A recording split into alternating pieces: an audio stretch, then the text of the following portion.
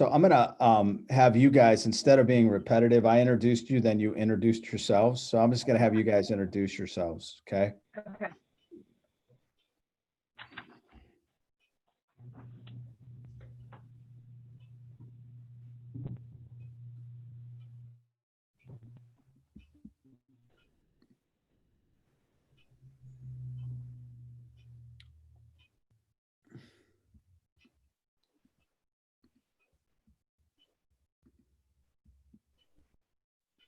Hey, Jeff, I'm gonna try to share my screen. Oh, let me turn Yeah. mine off. There we go.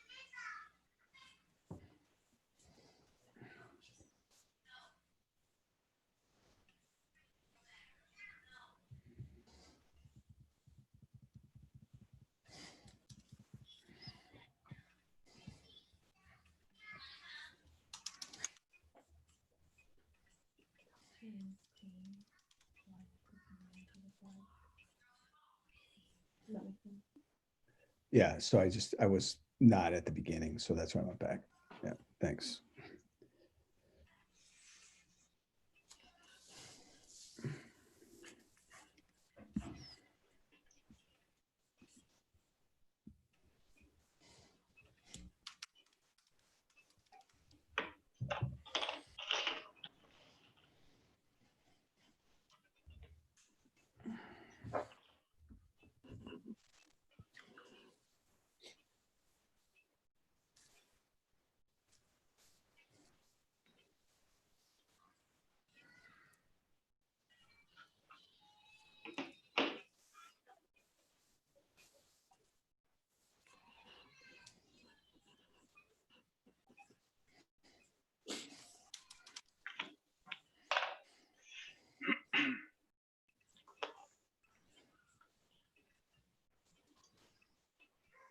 Okay, good evening, everyone. I'm Steve Barrett, Superintendent of Schools in Gahanna Jefferson, and I'd like to welcome everyone on YouTube who has joined our meeting. There is a function on YouTube, a YouTube chat, where you can type in questions, which we will be monitoring throughout our presentation tonight. And we're excited to talk with our community about our Master Facilities Committee's recommendations for phase 2 of our Master Facilities Plan. And so we're going to get started. And we had a good meeting the other night. About 78 or so folks joined us on YouTube. And we have tonight a couple of board members and our Master Facilities Planning Committee here with us. So I'd like to take a second to have them introduce themselves. So members of the committee, if you're here tonight, could we introduce ourselves? Tracy, do you want to start? Sure. My name's Tracy Clay, and I've been on this committee for over 5 years. I'm married, and I've lived in Gahanna 35 plus years. I teach at Middle School West, and I have 2 children who graduated from Gahanna High School that are adults now, and they graduated in 08 and 09. Okay, thank you. Hi, David, I see you. Would you like to go next? I'm Dave Prater, been in Gahanna almost 22 years. Have a 2017 and a 2020 graduate from Gahanna. Architect by trade. Been involved with band as band booster president, Boy Scouts, community theater. Okay, thanks, David. Hi, Kara, I see you as well. Hi. Would you like to go? Hi. Hi, I'm Kara Coates. I have lived in Gahanna for almost 17 years. I have twins who are going to be seniors this year, and I work at Ohio Health in Marketing and Communications. Thanks, Kara. Chris, I see you there as well. Yep, Would you like to go next, Chris Griecar? will do. Chris Griecar. I've been in Gahanna 17 years. My wife is born and raised in Gahanna, graduated from Lincoln High School, currently teaches at Middle School East. We have 2 kids in the district, a 4th grader and a 5th grader at Blacklick Elementary. And I also coach boys volleyball at the high school. So we are throughout the district. As a day job, I work in commercial construction management. Thanks, Chris. Jared, I see you here tonight. Would you like to introduce yourself? Absolutely. Thanks, Steve. Jared Dominic. I am a parent to 2 boys in the system, one at Middle School South, one at Lincoln Elementary. My wife is 8th grade Spanish teacher at Middle School South. And I've been a Gahanna resident since 2010. And I've actually background in sales. So I work with a lot of different people, and I've seen a lot of different facilities around the world. Okay, thanks, Jared. And I see Jessica Williams, our high school principal, is also on the committee. Jessica? Yep. Thanks, Steve. Good evening, everyone. I am Jessica Williams. I'm the proud principal of Gahanna Lincoln High School, and this is my 3rd year in the district, 2nd year as the principal of the high school. Okay, thank you. Scott Lofton, I see you here tonight as well. Scott, do you want to introduce yourself?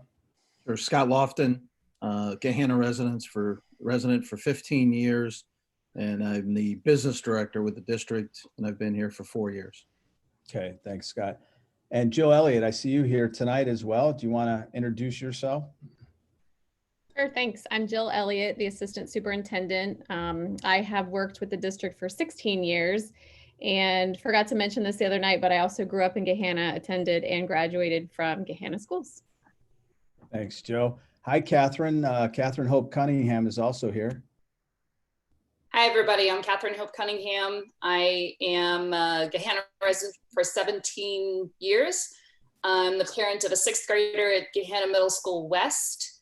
I'm currently a realtor, but before I was a realtor, I was a K-12 music teacher and for 8 years. And I also spent 8 years at The Ohio State University doing admissions for the College of the Arts. So I'm here as a parent and as a former teacher and as a arts advocate.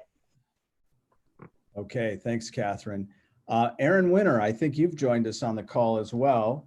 Would you like to introduce yourself? We're still working on getting Aaron in. Oh, okay, gotcha. Okay, so what I'm going to do is I'm going to share my screen and we'll get started tonight. So I'm very proud of our Master Facilities Committee. They've done an excellent job helping us plan phase 2 of our Master Facilities Plan. We're experiencing quite a bit of growth in our community, and that's what we're going to talk about. So our slide deck is loading and we'll get started. So in 2018, we went out with phase 1 of our Master Facilities Plan. We had a bond issue / operating levy in May of 18.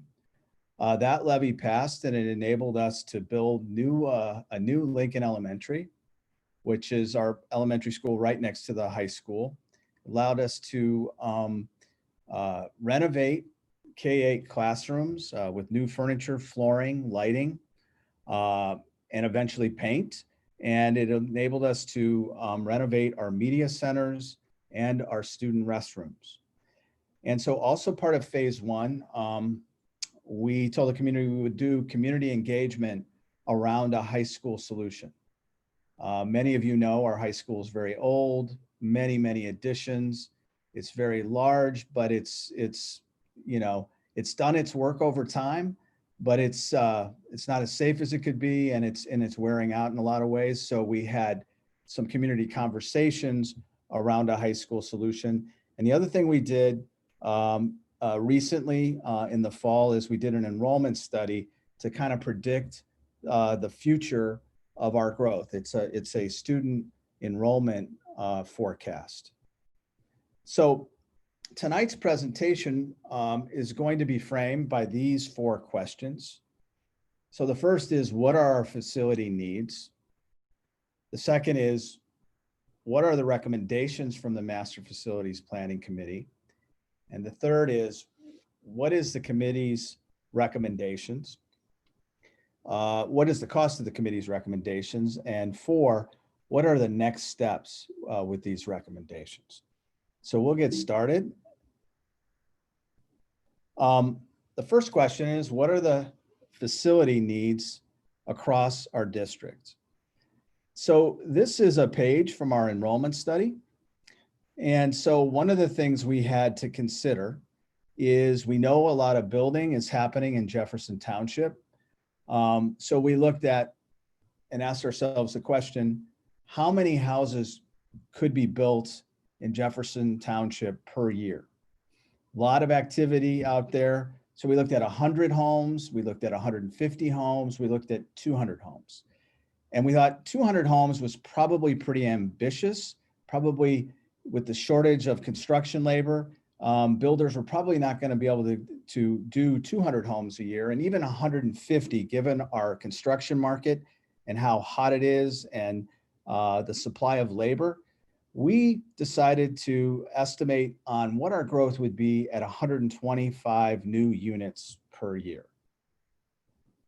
And so this breaks it down a little bit better. And so we picked 2839 as a year where we kind of reached the pinnacle of our growth at all 3 levels. So in K-5, we are right now at around 3,596 kids, and our peak enrollment will be 4,271, which is an increase of 675 students. That might seem gradual, but it's something we have to plan for now. And I will show you in an upcoming slide on how we're already over capacity in some of our elementaries at present. And so in 6-8, we have 1,796 students. And in 2038-39, we expect to have 2136. So that's growth of 340. And then at the high school level, we have 2260, and 2038-39, we expect 2847, and that's a growth of 587. So in 2038-39, we'll have 92 students, 9254, and currently we have 7,652. So in aggregate, that's a growth of over 1,600 students. And 2839 will be here before we know it. And so this slide breaks it down a little better and shows our capacity issues. So already at our K-5 buildings, we're at 116% capacity. So we're over capacity in almost all of our elementary schools. And so what this means is that we are really crowded. We use every single seat in our cafeterias. Our hallways are crowded, and we use every space. And sometimes we'll put special education teachers, speech pathologists in closets to do the work they need to do because we've run out of space. And so if you look at over time, next year, that's going to go up about 2%, and it's going to be over capacity if we don't do anything for a long time. Now we have, as we pointed out, we are in the process of building a new Lincoln Elementary right on Helmbright, right next to Middle School South. And we're building it to house 750 students. So it's about 250 students above the capacity of most of our elementaries. And that will help, stem the tide of growth in a couple buildings, and we'll be able to redistrict, and we will plan for redistricting this coming fall. And so we'll take a little pressure off of the capacity, the overcapacity that we're at now, but it will not last. It'll help us a little bit, but over time, we're gonna still be pushing the limits of our capacity. In 6-8, it's the same thing. We were burgeoning at the seams at Middle School South and Middle School West. Middle School East had about 150 less students than West and South. So we redistricted, and that balanced the numbers out. We weren't really using East as efficiently as we could. And now East has over 500 students. And so it's taken some of the pressure off of South especially. But if you look at the high school, curiously enough, we're not at capacity in terms of classroom space. We have enough classroom space at the high school, but there are ways we're going to show you where we're over capacity in terms of movement and logistics. And we'll get to that in a second. So at around 25, 26, we reach close to 100% capacity, and then we get above that in 26, 27. So what I want to do here is show you a quick video that shows our congested hallways at Lincoln High School. So let's start this video, and you can see what our students deal with every single day, 8 times a day when the bell rings. In this area of Hamilton House, there's only one staircase, and it takes quite a while to get to the bottom. So we speed this up a little bit, actually quite a bit, to 300%. There you go. So once our students get down the stairs, it takes a few minutes. Then they have to cross a maze of hallways to get to their next class. So in this case, in the Hamilton building, if they have music, they got a pretty far walk in this congestion to get there. And in one of our community meetings, one of our music teachers, Kevin Dengel, was there, and he told us that daily he starts his class 5-6 minutes late. And it's not because kids are dawdling, it's because they have to, you know, push through this kind of congestion every day. So when you think of this, you think of safety, you think of time lost in instruction. And with COVID-19, of course, you think of, there's not much social distancing that happens here. So when you look at our high school, it's not just the hallways that are congested, but our cafeteria, we don't have enough space to feed all of our students. So our juniors and seniors eat out in an open lunch almost every day, which they enjoy, and the restaurants around us certainly enjoy as well, but it gets expensive for families. And our high school doesn't have the safety and efficiencies we would like to see it have. We do have a brilliant 21st century learning space in Clark Hall, but our main high school, where most students do their learning, isn't like that at all. The buildings are very old. In some cases, the classrooms have 1 or 2 sockets, so it's hard to plug in things. And one of the things we want to address that we heard a lot in our community meetings is crossing the street to get to Clark Hall. That is something that many in our community feel fearful about, especially in the winter when it's dark and there's a crowd of students on all 4 corners trying to cross the street. So we heard loud and clear in our community meetings that they would like to see, community would like to see us on one campus and not have to cross the street to Clark Hall. Jessica Williams is with us tonight. Jessica, would you like to say anything about the congestion you see every day at Lincoln High School, or anything else regarding this slide? Absolutely. Thank you, Steve. You know, I think you hit all the key points, but it's important to note that, all of these things threaten the overall learning environment, right? And so when kids don't feel safe in their building or safe walking on the streets to cross the street to get to Clark Hall, that impacts their education. And so, being on one site definitely helps. I think we all know that we are located on a very busy street in Central Ohio. And my job as the principal is to help keep your precious gems safe every single day. And I can honestly say it makes me nervous when that bell rings and they have to walk outside to either go outside to go to another class on main campus, because that does happen as well. The stairwells that were shown here in this video, there are times where kids have to walk outside to the stadium and around the building to get to the other side of the building to avoid some of the congested hallways. So a solution that allows us to allow kids to stay inside, especially during the winter months, so that way they are not out in the elements, but staying safe in an efficient building is important to their learning, whether it deals with the HVAC, the hallways, the other corridors, the stairwells, and then their travel for lunch. Having a cafeteria that allows us to convene students in a way in which they can get through the line efficiently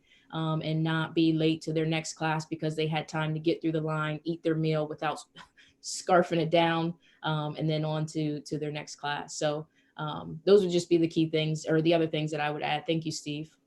Thank you, Jessica. So we touched on congestion, growth, and how we're over capacity. What we'd like to do is go to question 2, which addresses the recommendations of our Master Facilities Planning Committee and how to address the things we just talked about. So the first recommendation is for the elementary school level. And the recommendation is to do additions at Blacklick and High Point, which would mean 10 additional classrooms at each, new art and music rooms, an extended cafeteria space, and increased office space. So the square footage for each of these additions is down below. It's pretty close in both.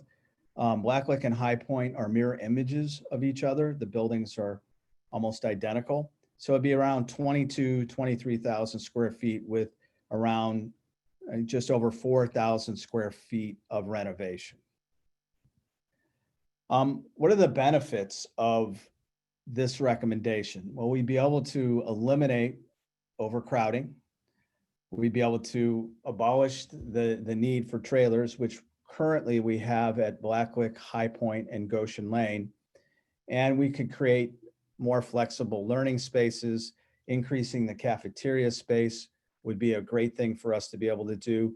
But above all else, preparing for and providing for future growth without having trailers would be a great thing for our students and our staff and our teachers. So, and of course, when you build new, you take into account the most current up-to-date security standards. So it would allow us to create better security as we do these additions.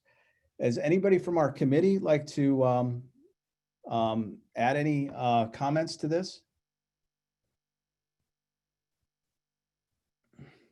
Okay. So Steve, okay, go ahead, Chris. Yeah, if I might add one part to this. High Point and Blacklick are centrally located when you look at the growth that's projected in the district.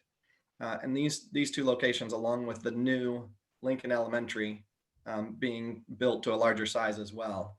The plan from the Master Planning Committee was to enable long-term flexibility to manage through that growth throughout the district for the long term. Yeah, thanks for bringing that up, Chris. I might have neglected to say that this would add 225 students to each of those buildings. So they would essentially be the same or very close to the same size the new Lincoln is going to be. So thank you, Chris. Here are the committee's middle school recommendations.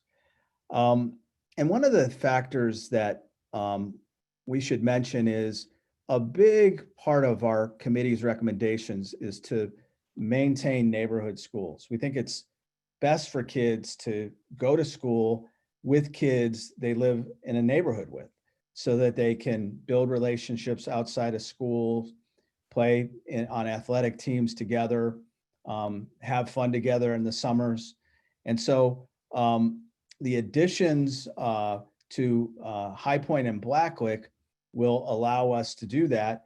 And with our recommendations for middle school, it's the same thing. There are additions, the renovations and additions to, the recommendation is for renovations and additions to middle school east, west, and south.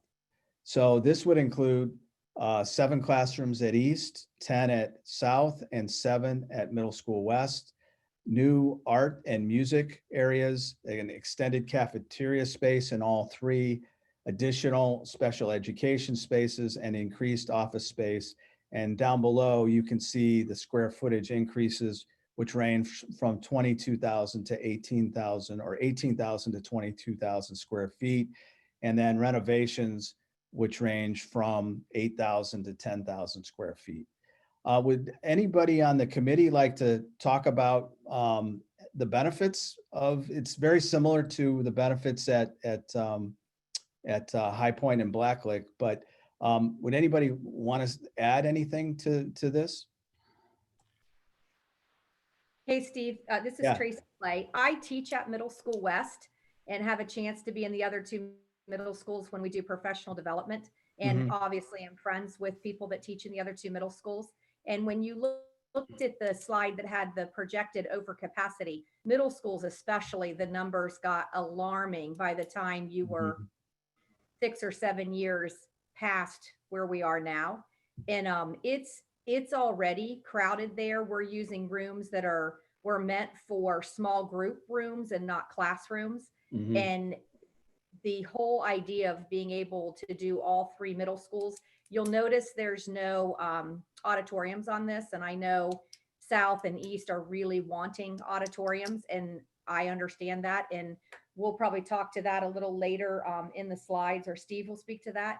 But this space is really needed if you have had middle schoolers, and if you have young children that are getting ready for middle school, you're going to definitely want them to have these extra classrooms to accommodate those extra kids as the numbers keep growing.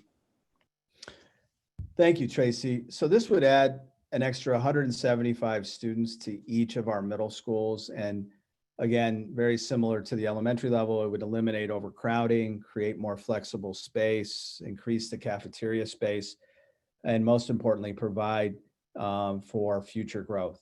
And Tracy's right, in our enrollment forecast, we're growing more quickly at the elementary and middle school level. And there was a time, and Aaron Winter, I think, is on this call, when he was the principal at Middle School West. I think we were close to 645 or so students. It's a little less than that now, but those are hard numbers to manage in a building the size of West. And so there were lots of different things that they had to do to manage that student population. Since we redistricted, it's a little better, but that won't hold forever. We're getting more and more students, and our growth is here already at the elementary and middle school level. And of course, we'd be able to add security enhancements as you can when you build new. So now we'd like to talk about our recommendations for Lincoln High School. And so I just want you to take a second and kind of look. These are the things that we considered. Like when we went out to the community, we considered a 3-phase plan. We'll talk a little bit about that. We considered one campus or 2, so a second high school. We worked really hard on trying to save part of the old high school and look at a renovation / new project. And then these recommendations, we considered all of those things. And of course, a lot of consideration with the community input we had in meetings in January and February, where we had 4 meetings that we'll talk about in a second.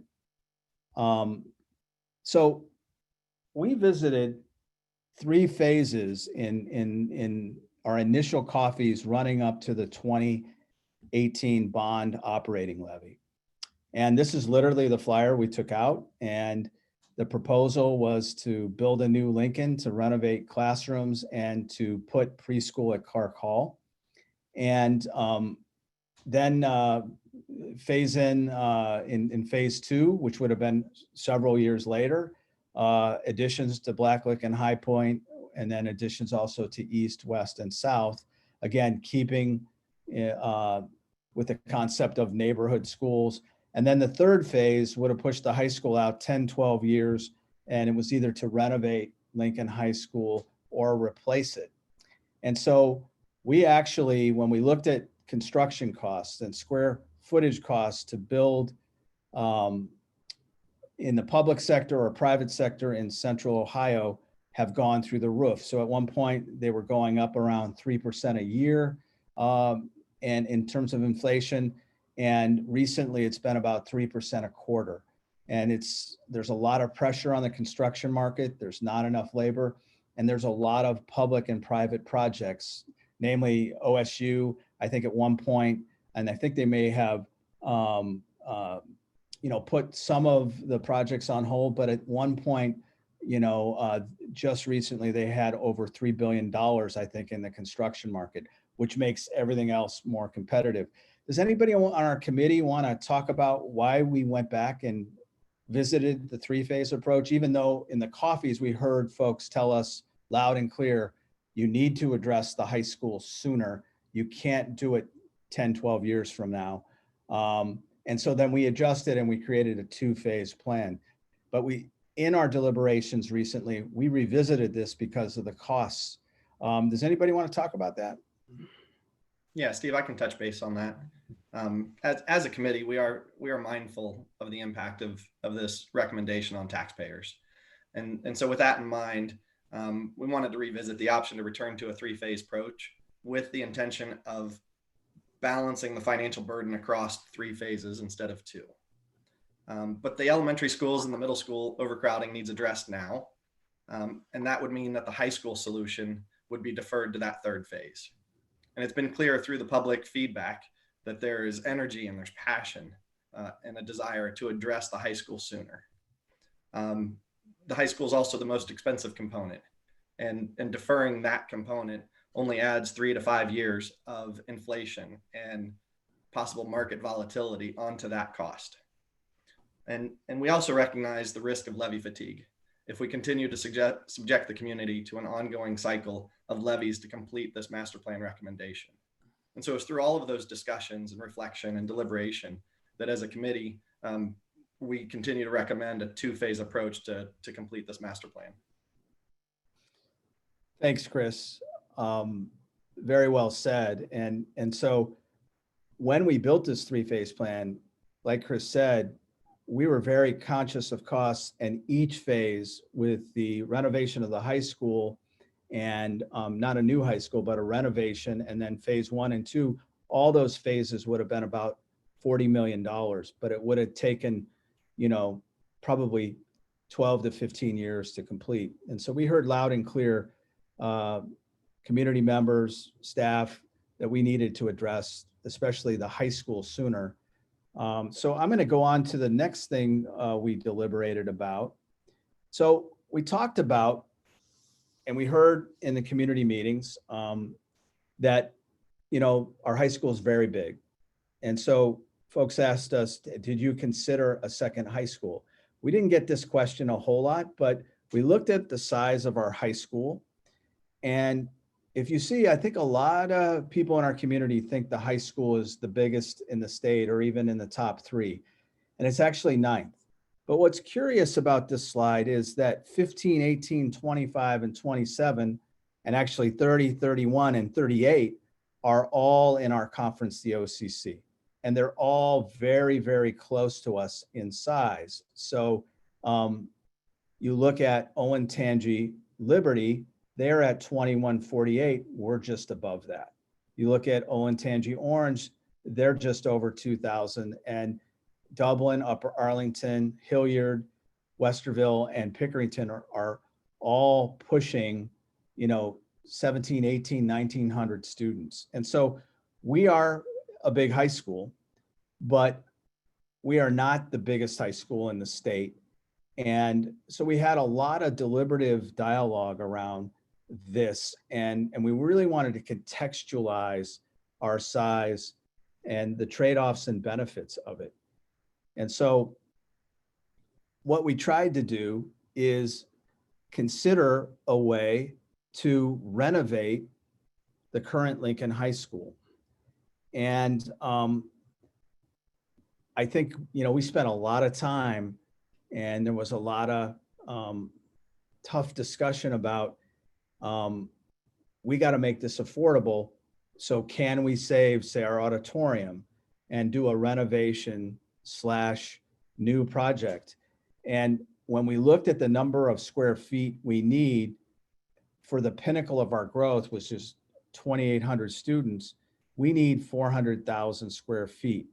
And so when you look at this, what we would have had to do to make a recommendation to save part of the high school is we would have had to basically save 2/3 of it, everything here in blue, including the part where you saw the video and that stairwell and how long it took students to get to the bottom floor. Now you can widen stairwells and you can put in another stairwell, but the time we were done though, the only part we were going to tear down was all that you see in red.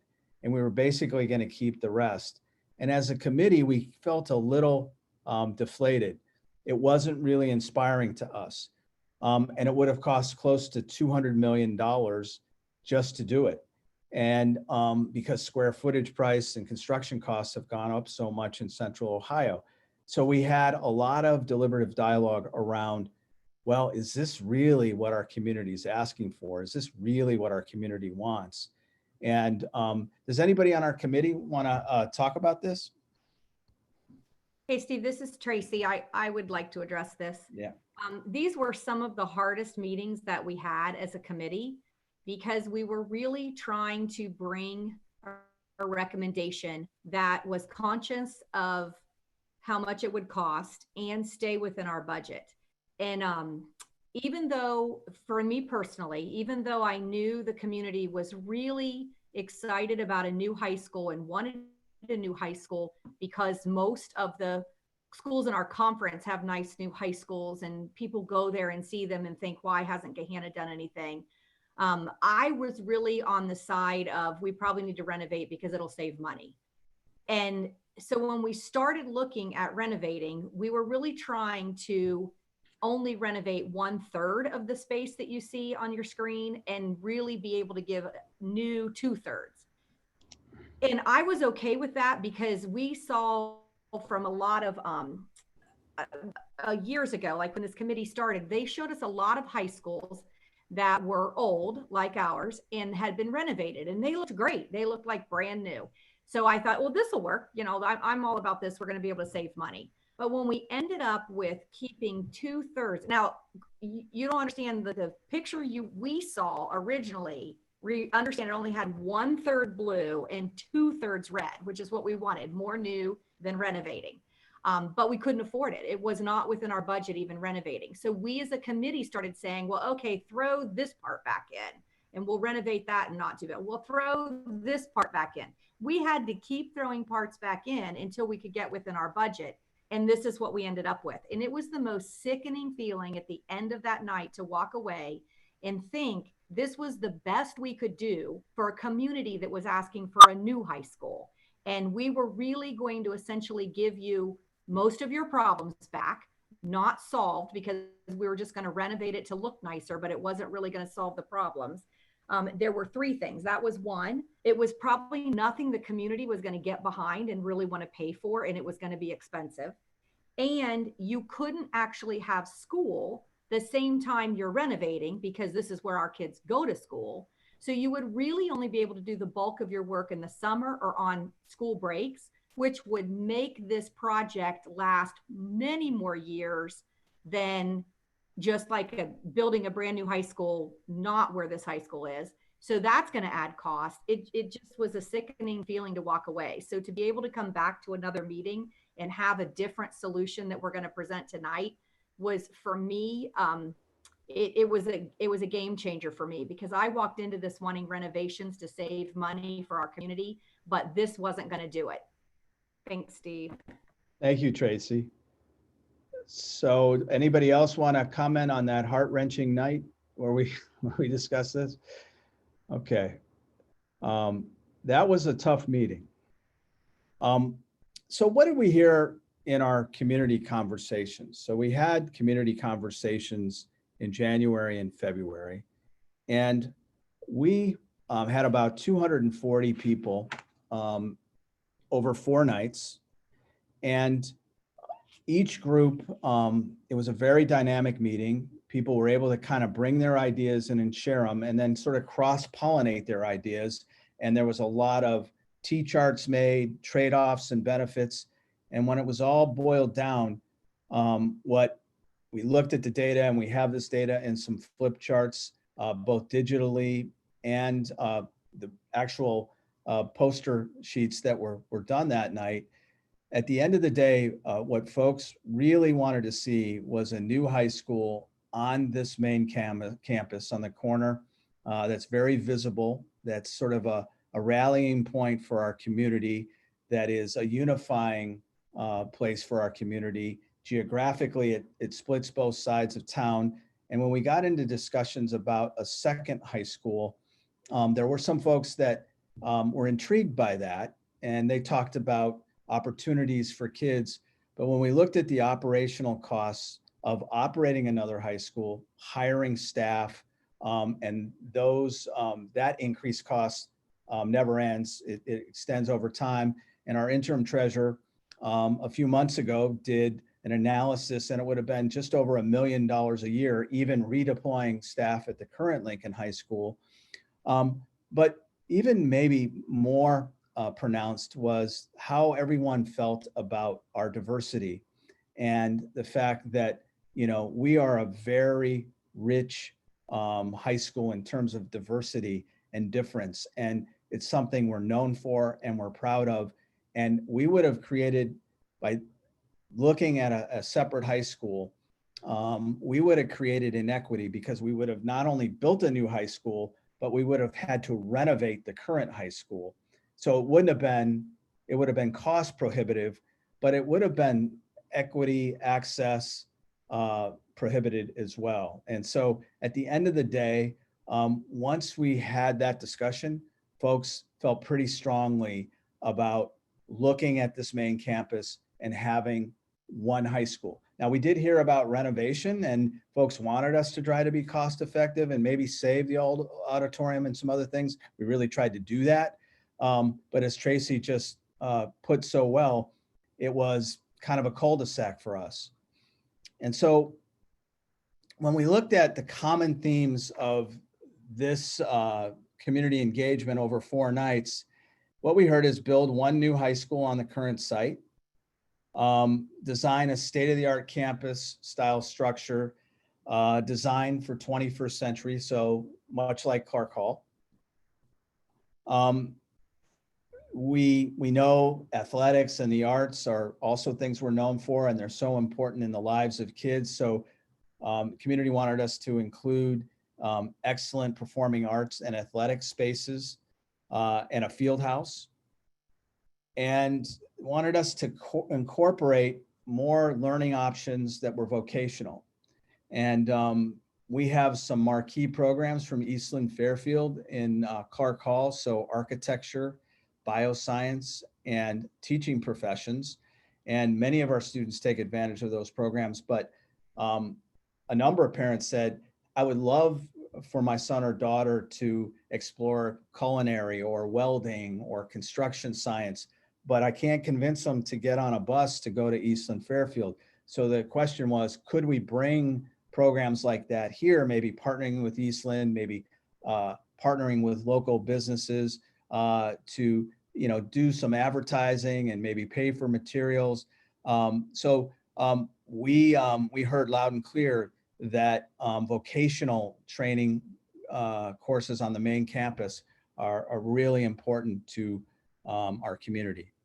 And then integrating safety and security enhancements that also eliminate the need for students to cross Hamilton Road.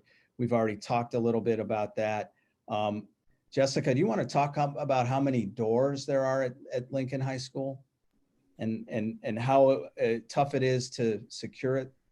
Yeah, so we have over 30 doors, 30 exterior doors to the main campus, and it is very hard to secure. And for safety reasons, we have rerouted, using 2 entry and exit points to make sure that when kids are exiting the building, there is somebody stationed there to watch those doors. But as you know, the easiest route and the most convenient route is sometimes taken, which can kids will use those doors that shouldn't be accessed to exit the building. But it is hard to lock down and make sure that they're all latched and secure. And again, like I said earlier, sometimes kids have to exit stairwells, go outside to get to other parts of the building. So those doors throughout the day have to remain unlocked. And a safer feature is to obviously keep them locked during the day on the exterior and allow kids to be able to travel inside the building. But with the overcrowding in our hallways, we just don't have that as an option. And so we have to leave some doors unlocked for them to exit out through the stadium and walk through the stadium to get to from like Lincoln Havens Corner down to the south end of Hamilton Road in Hamilton Hall. Thank you, Jessica. You're welcome. Anybody else on the committee want to comment on this slide?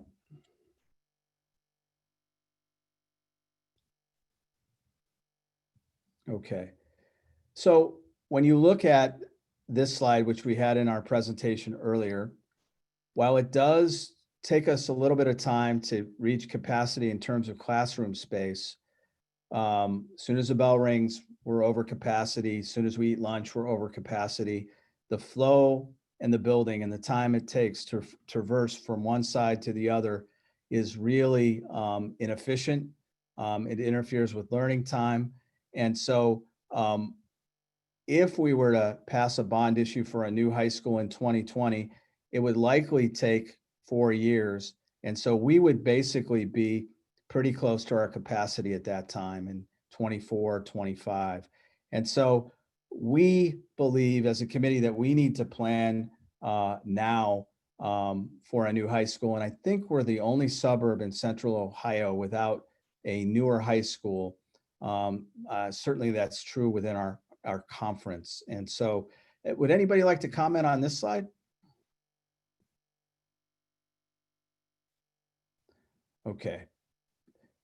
So here's a nice aerial shot of Lincoln High School, and you can see it's sort of a hodgepodge of lots of different additions. And I think when we think about the current site, it's a tight site. It's a site that we're going to have to put another 600 students on eventually, so a total of 2,800 students. And so our recommendation is to build a new high school on this space. And so we'll be tearing down the old Lincoln Elementary. There's practice fields there. There's land where I'm sitting in the board office that we could eventually clear out. So there is enough space on this campus where we could have school and build a brand new high school that's about 400,000 square feet in size. We would include a performing arts center, an athletic center with a field house, expanded cafeteria space so every student could eat here, and then additional vocational programming, approximately 130 state-of-the-art classrooms. And then this is a big problem for us now, having ample parking for students. And when we have multiple events, so say a band concert in the auditorium and a basketball game, we don't have enough parking, and people have to park across the street at Kemba or some of the plazas on the corner of Hamilton and Granville. And so this is what our recommendation is for the high school. And we would be able to kind of hold school while the building occurs, unlike what Tracy explained in a renovation process. So, one thing, I think that's really important to keep in mind, and I've heard this from parents of elementary and middle school students. what they've said to me is that their kids may play AAU or Pee Wee basketball, and they may go to Dublin, or they may go to Hilliard or Olentangy or even Marysville, and they play in bright, shiny gyms, newer facilities. And then when we have teams come here, first of all, it's really hard to get the gym because we only have one gym that is really a competition gym at our high school. And it just doesn't have the source of pride that we would like to have. It's not the unifying force we would like it to be. And if we built this complex, it would be a place where our entire community, K-12, could use. And that's an important aspect of building one high school is allowing our community to use it. The way we look at our school buildings is that they're community resources. And so we think a field house would be used from, morning, noon, and night. And we think our community would cherish having something like that. And we've heard this from parents for a number of years now. And so our recommendation is to build a big high school with all the amenities I just talked about on the current site. And so I think we'll take a second here and see if there's any questions on our YouTube chat.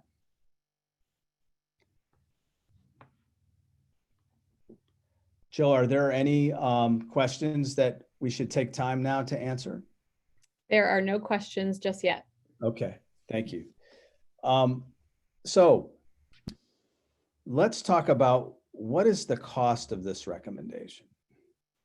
And so of these recommendations. So at the elementary level, the cost would be close to $20 million for additions to High Point and Blacklick. At the middle school level, the cost would be $31 million. And our high school cost would be $198 million, which the total aggregate cost would be $250 million. And so what does that mean per $100,000 of housing value? So what that would mean is $19 per month on a $100,000 house, or $226 annually. The total millage would be about 6.43. And we have to use two funding mechanisms to accomplish this. We would have to do a bond levy that would be 4.93 mils. And then we would have to combine it with a permanent improvement levy of 1.5. So that's how we get to the number 6.43.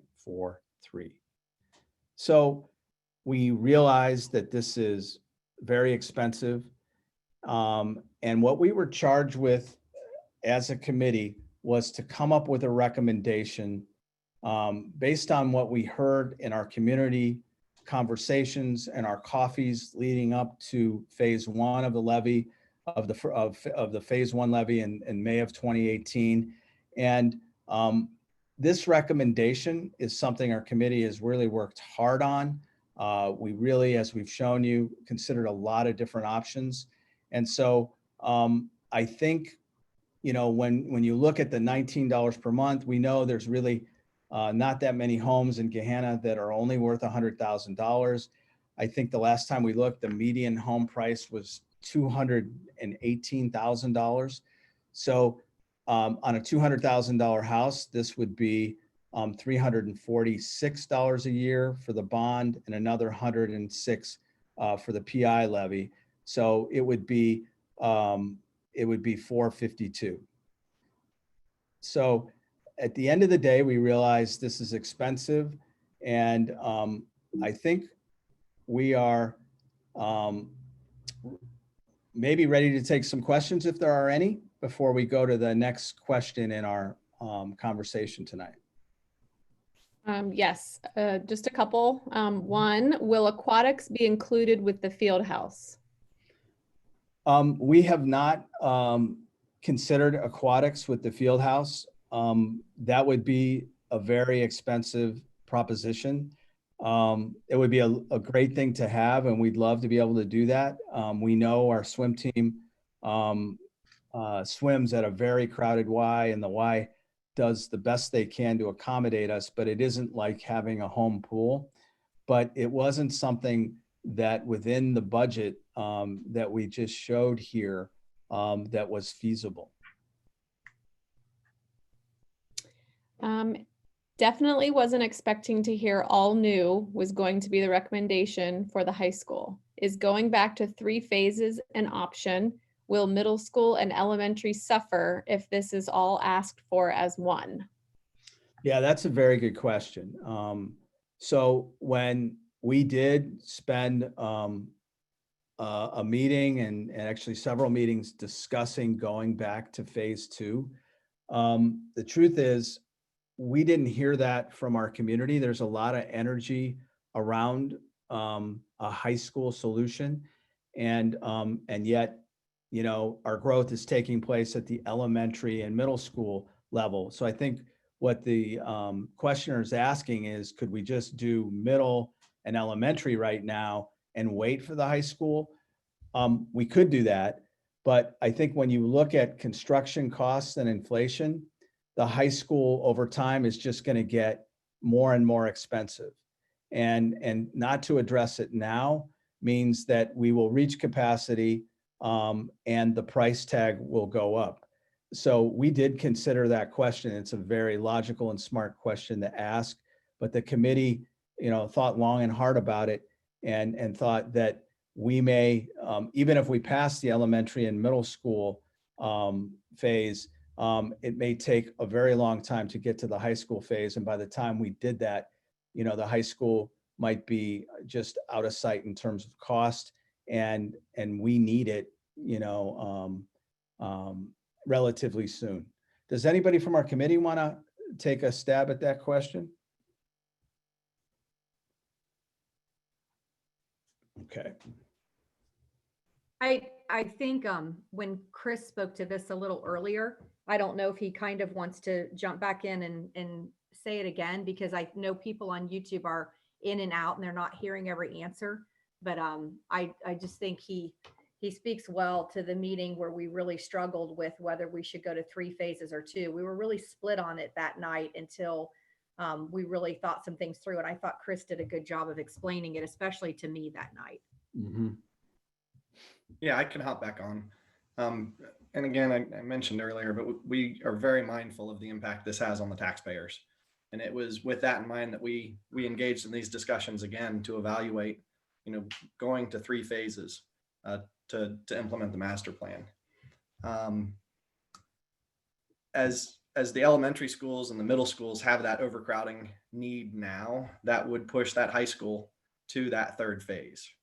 The public feedback was very clear that there's energy, there's a passion, and there's a desire to address that high school and come up with a high school solution sooner, which is pulling that back forward. The high school is also the most expensive component. You know, you're talking almost $200 million for the new high school, and deferring that to a 3rd phase and pushing it out 3 to 5 years or beyond just adds inflation and the risk of more market volatility onto that already high cost. And you know, the other piece that Steve mentioned, there's no guarantee of additional levy passage.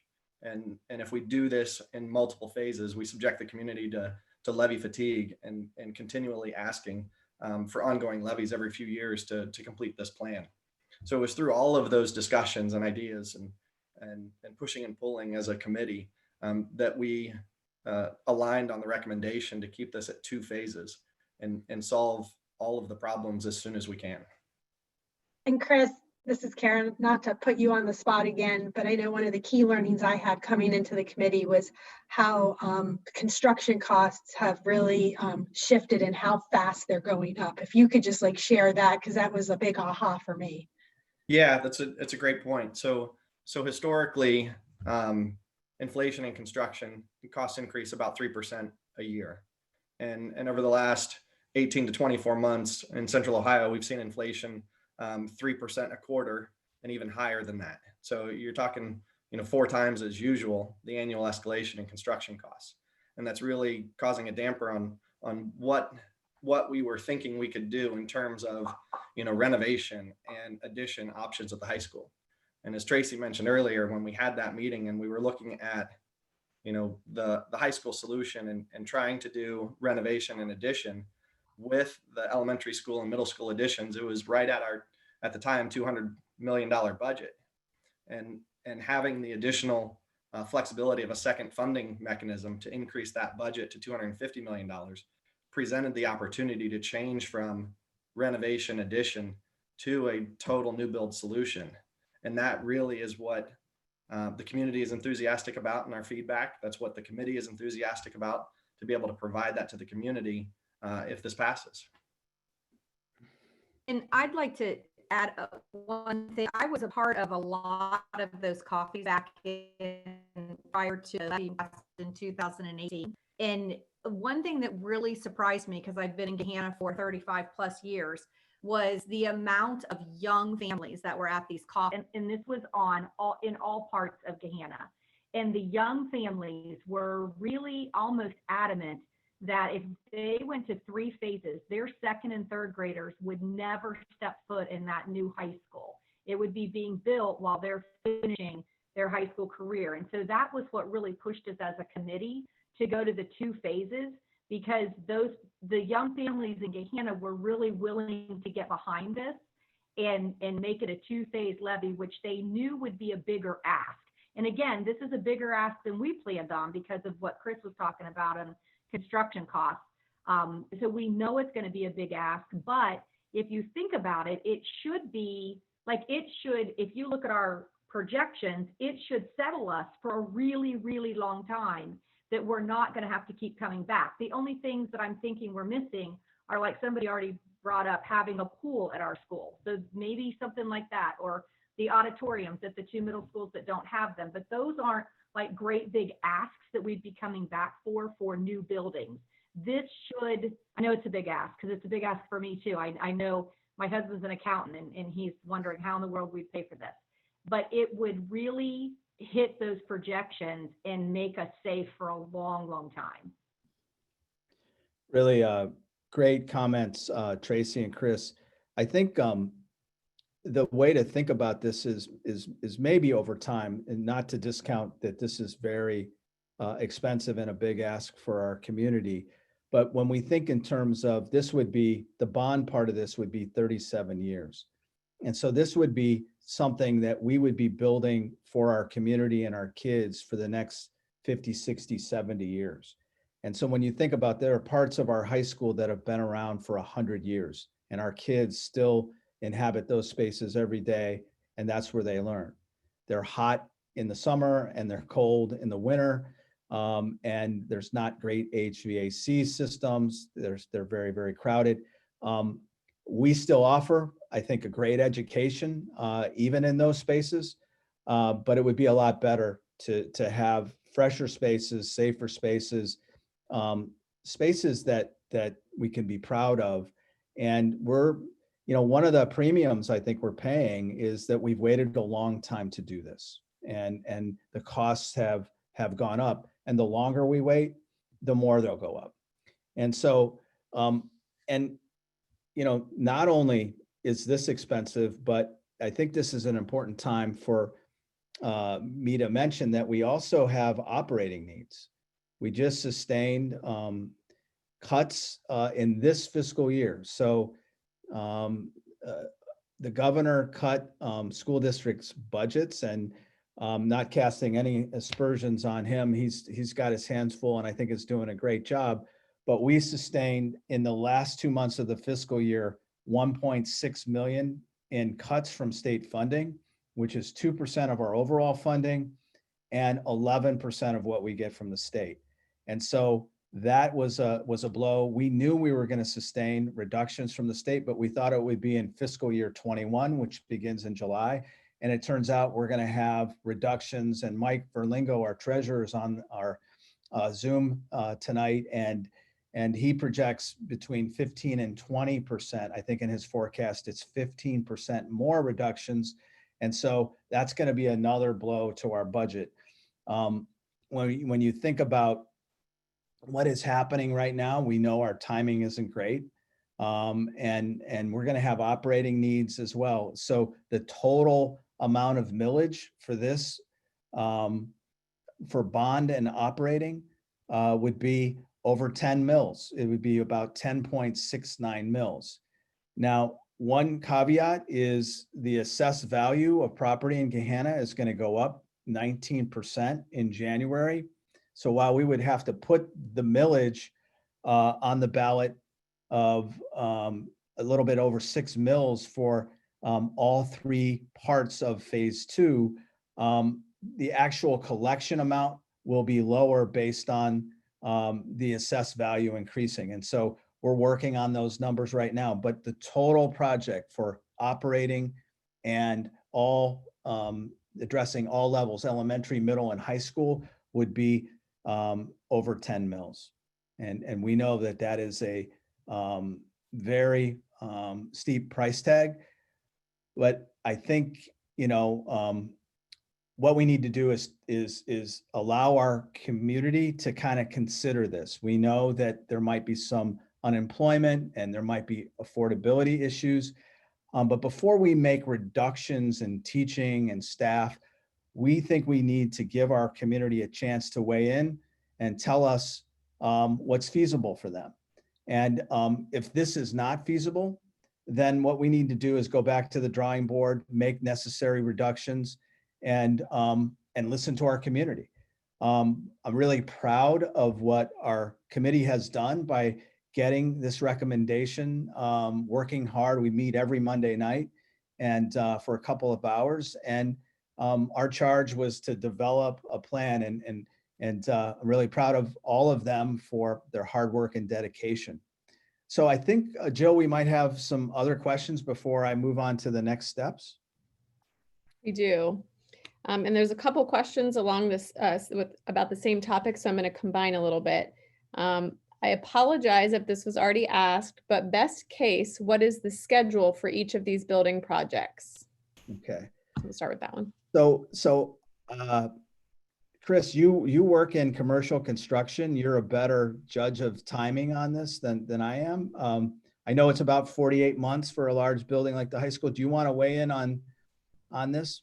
Yeah, so without having the fully developed program or design, order of magnitude, you're looking at 3 years for, and this is after bond passage, 3 years for elementary and middle school additions, and that's about 18 months for design, 18 months for construction, and then about 4 years for the high school, and those can all run concurrently after bond passage. And that high school breakdown is 18 to 24 months for design, and then around 2 years for construction. Thanks, Chris. Any other questions, Jill? Yes. Next question. Thank you for all of your hours of work. Can you discuss where the exact footprint of the new high school will be? Would parts replace current structure, or would it all be behind current building? And then another question was, do you have a basic layout of what the new high school will look like as a new build on the available land?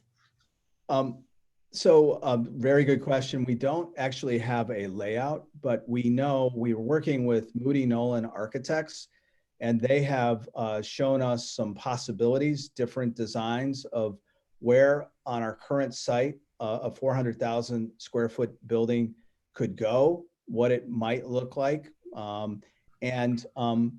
With a strong consideration of how do we have school for 4 years and still build with the least amount of disruption. And so Moody Nolan is working with us on our pre-bond decisions, and they are really well known in Central Ohio and across the country for building on very tight sites.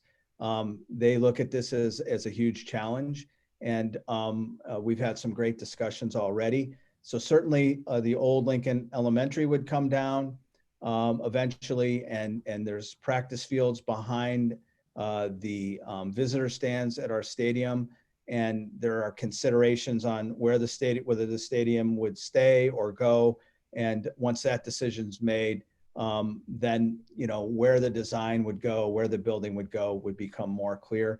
But we definitely have enough land to do it on this site on the current site and still have school with some swing space needed, but hopefully we would be able to keep that to a minimum.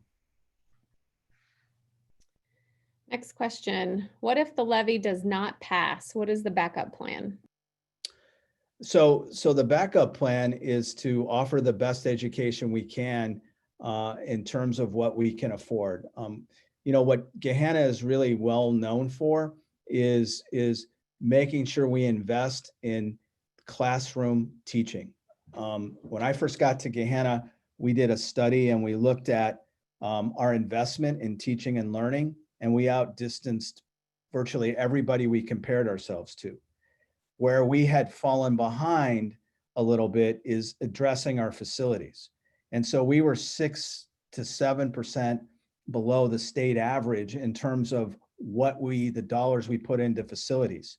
And so it's really important that we catch up with that. And so the community in 2014 passed a $3 million permanent improvement levy, and that is helping Scott Lofton and his team in the business department put in new HVAC systems, fix roofs, parking lots, renovate the auditorium at Middle School West. This summer, we're going to renovate the track at Middle School West.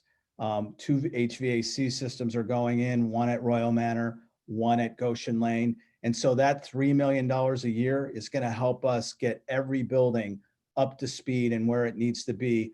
It's going to take 10, 12, 15 years, but over time, we're going to be able to make sure that students are warm, safe, dry, and that they have great learning spaces. And of course, we talked already about the renovations of classrooms. Our classrooms are looking fresher and brighter every day with the phase 1 plan. And so we're excited about that. I want to give our Board of Education a lot of credit. When I first started here in 2016, we sat down and over about 5-6 months, we developed fiscal principles to live by.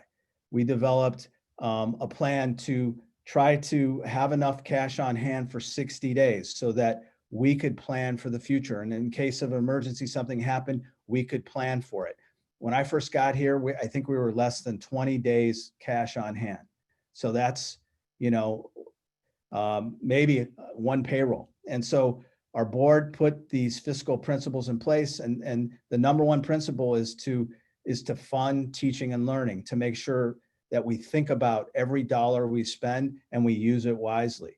And we want to live within the confines of our 5-year forecast. So that's another one of our principles. And so part of this operating piece is living by those fiscal principles so that we can plan for the future. And so that's hard work. And we have a finance meeting the last Tuesday of every month. Or is it the third Tuesday? It's the Tuesday before our board meeting. So it's the third Tuesday usually of every month. And what we talk about is we do a financial update, and we talk about our forecasts. We talk about our budget. We talk about if we're on track, if we're over or we're under. We do a lot of deliberative dialogue about finances because we want to be transparent, and we also want to make sure we use our dollars wisely. Next question. I'm going to combine 2 as well. Also, what is the vision for the future use of Clark Hall? Are you looking at selling Clark Hall in the retail space? So that's a very good question. So Clark Hall, we bring in about $132,000 a year. The developer has an 80+ year lease. And so we still own that land, but we've leased it out for a long term and we get $132,000 a year. We have a plan to appraise Clark Hall to see what it's worth, maybe as Class A office space. But we want to know as a community asset, what is Clark Hall worth and what are the options we have for Clark Hall?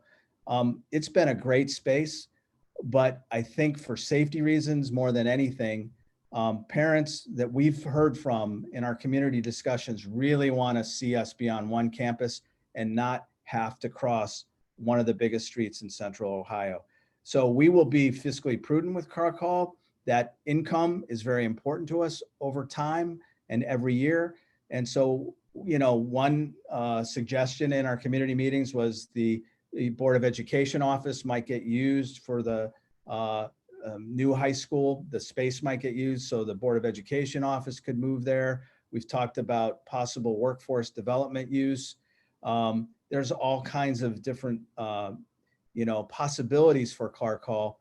But with COVID-19 and lots of people working from home, I wonder what Class A office space is really going to be worth, because I think lots of companies are considering, a less is more approach when it comes to office space. But we will be able to report to the community in the coming weeks what Clark Hall is worth, and a plan for what to do with it as we go out and have coffees to discuss this phase 2 plan. Next question, why is expanding or a new or renovated high school taking so long compared to the other surrounding school districts that have 2 or more schools? Yeah, so I think a couple reasons, and I think committee members, might have some good insight on this. Does anybody want to go before me and just take a stab at that question? Why is it taking us so long and other communities have 2 high schools or newer high schools? I can go first. I think, one of the things, I think there was, for a long time in Gahanna, a debate on whether we should build a second high school, have 1 high school. I think there was a lot of discussion, and I think Clark Hall was built. It was an innovative idea, but I think it was built to deal with growth. And it was built with a funding mechanism called certificates of participation. And so the voters were not asked to build Clark Hall. They were not asked to vote on it. And I heard a little bit about that in the coffees. I think it was a way to deal with growth in maybe the short term, and it has worked. And it is a space that people from all over Ohio come to look at. When I was in a district in Northeast Ohio and we were renovating our high school, our folks, we came to Clark Hall to look at the renovation, to get ideas about our renovation. So I think it was a great idea, but I think, for safety reasons, we have to consider something else at this time. I think the other thing is we've waited a long time because we haven't had a plan to allow our community to weigh in on, so to vote yes or no for. And so it's taken us a while. It's because it's taken us a while, it's expensive. So I've been here since 2016. And so we're finishing, my 4th year here. This is, a long time coming in Gahanna. And we're one of the only suburbs in our conference, the only suburb without a new high school, a newer high school solution.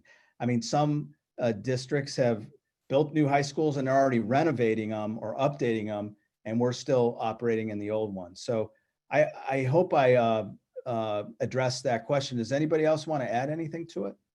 Steve, I can add a couple of things, and I think you captured most of the reasons behind it. The high school has been the most challenging aspect of these recommendations to get to a consensus solution.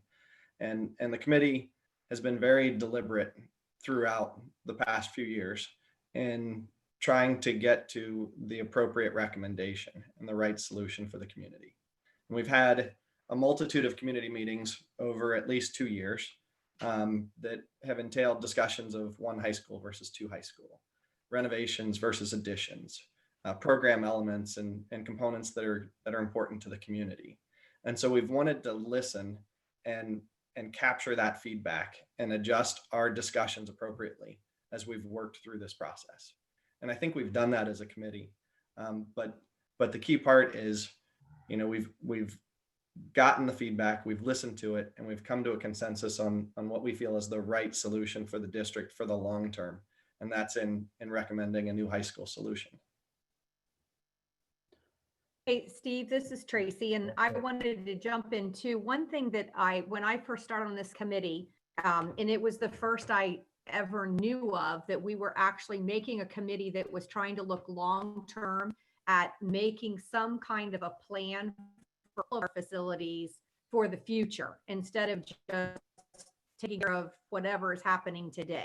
And so when I first got on this committee, one chart that I'll never forget was presented to me was a chart that showed area schools and what they spent on buildings. And I don't remember what they called it, 'cause I'm not in construction or anything like that, but what they spent on buildings or building maintenance. And then they had another line on the chart of what they spent on, and I again can't remember what this was called, but it was basically on curriculum, on professional development, not on how many teachers they had and paying for teachers, but actually the curriculum that was being taught to kids. And Gahanna was the only school where our line was really high for the curriculum, the types of classes we were bringing in and being taught as teachers and how to teach the kids, but we were really low on anything with buildings. Everybody else, and that was, when Hilliard was building all their high schools, Dublin was building high schools, Olentangy was just starting to boom and build high schools. Their numbers were really, really high for that and really, really low for curriculum. And I remember it being said to us at that meeting, Gahanna's got to somehow start making those lines at least come together because we've not been taking care of our buildings.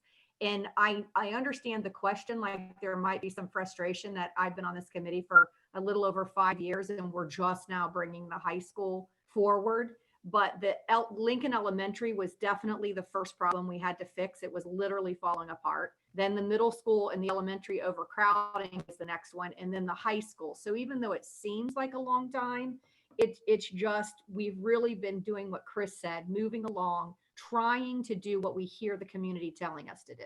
But I'll never forget that chart that we just had neglected our buildings for so long in lieu of getting a better curriculum for our students. Yeah. So I remember that chart.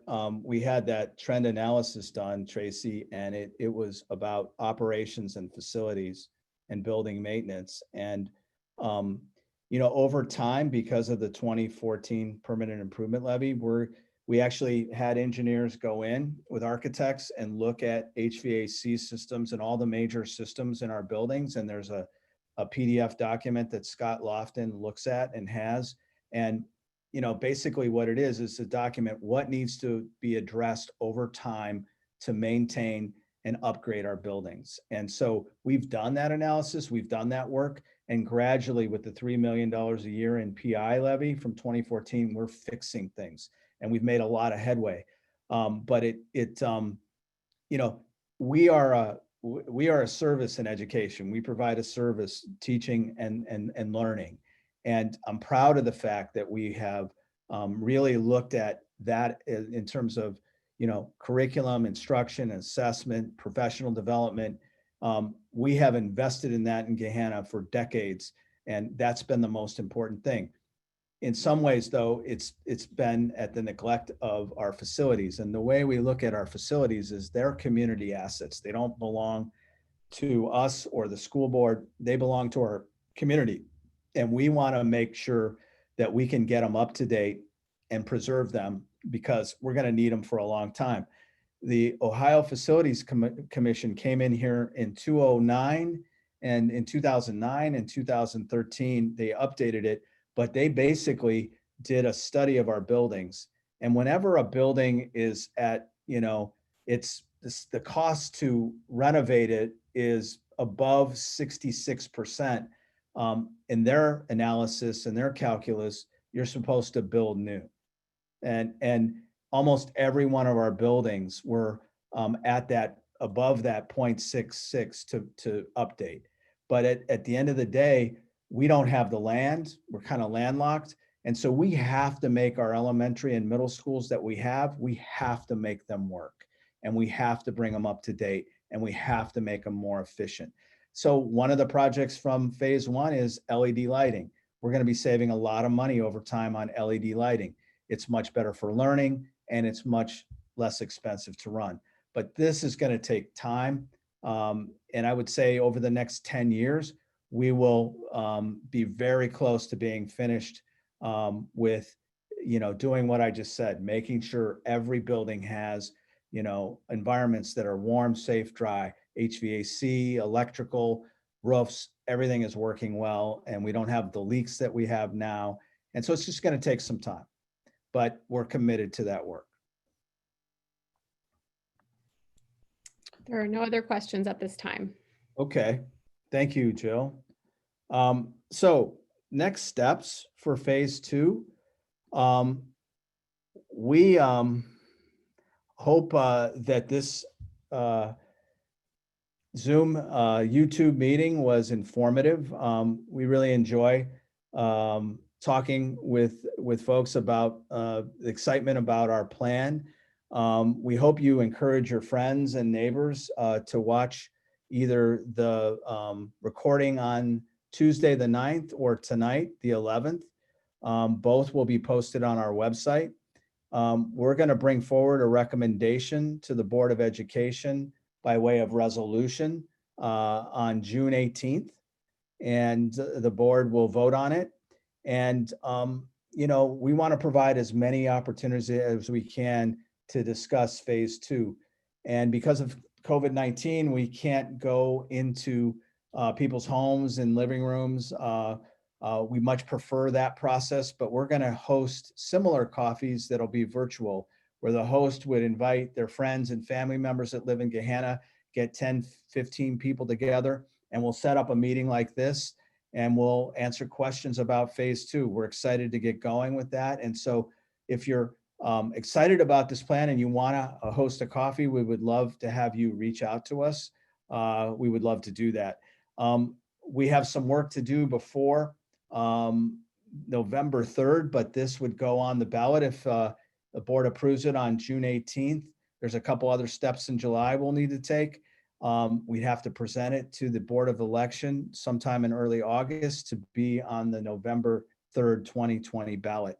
And so we also expect to have some drawings about how we can utilize our site, some ideas about swing space when we actually get into the building phase. And we will be communicating about all those things as well. So thanks so much for being here tonight. We really appreciate it. Thanks to our committee. You guys have been working hard this week. This is your second meeting, and so we appreciate you being here. And Jill, is there any other questions? No, there are not at this time. Okay.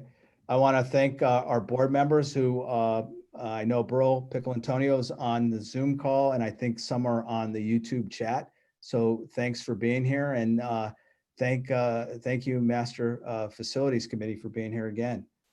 We appreciate it. Have a great night, everyone. Thanks.